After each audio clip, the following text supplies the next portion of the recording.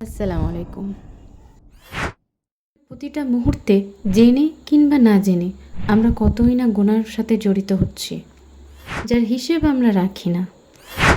সেই সব জানা অজেনা সম্মুখে করা গোপনে করা গুনাহগুলো মাফ করার জন্য আল্লাহ তাআলা আমাদের কিছু বিশেষ দিন উপহার দিয়েছেন, যেমন রমজান মাস, লাইলাতুল কদরের রাত ও জিলহজ মাসের প্রথম 10 দিন। রমজান মাস আসার পূর্বে আমরা কতই না প্রস্তুতি নিই কীভাবে আমাদের গুনাহগুলোকে মাফ করা যায়, কীভাবে সুন্দর করে ইবাদত করা যায় আল্লাহর রাস্তায়। কিন্তু আমাদের মধ্যে অনেকেই আছে যারা জিলহজ মাসের প্রথম 10 দিনের ইবাদতের সম্পর্কে অবগত থাকে, এর মাসের ফজিলত রহমতের সম্পর্কে তারা অবগত থাকে।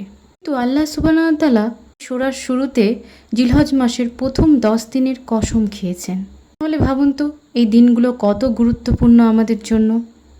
একটি হাদিসে এসেছে, নবী করিম সাল্লাল্লাহু আলাইহি সাল্লামকে বলতে শোনা গেছে, জিলহজ মাসের প্রথম 10 দিনের ইবাদত আল্লাহর রাস্তায় জান ও মাল নিয়ে জিহাদ করার থেকেও উত্তম।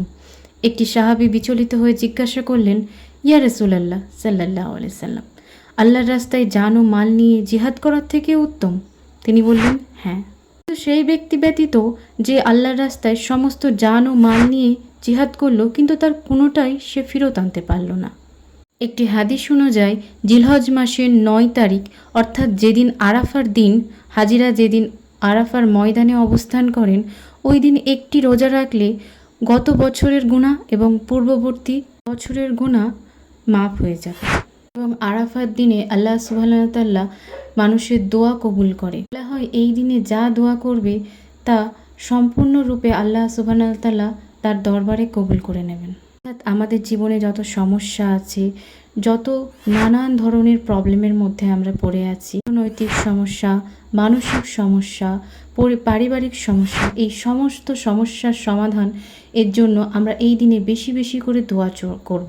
ফরজ নামাজের পাশাপাশি এই দিনগুলিতে বেশি বেশি করে নফল ইবাদত ও কোরআন তেলাওয়াতের সাথে সাথে জিকির আজকার করে এই দিনগুলোকে উদযাপন করা দরকার।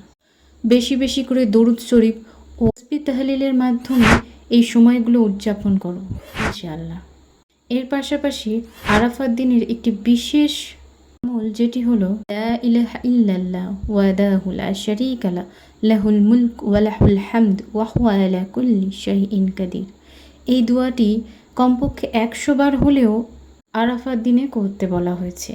নবী করিম সাল্লাল্লাহু আলাইহি সাল্লাম বলেছেন, আমার পূর্বে যত নবী ছিলেন তারা সবাই আরাফাত দিনে এই দোয়াটি বেশি বেশি করে করতেন। লাইলাতুল কদর যেমন রাতের মধ্যে সর্বোত্তম রাত, তেমনি আরাফাত দিন হলো দিনের মধ্যে সর্বোত্তম দিন। আল্লাহ তাআলা আমাদেরকে বেশি বেশি করে এই দিনগুলিতে ইবাদত করার তৌফিক দান করুক, আমিন।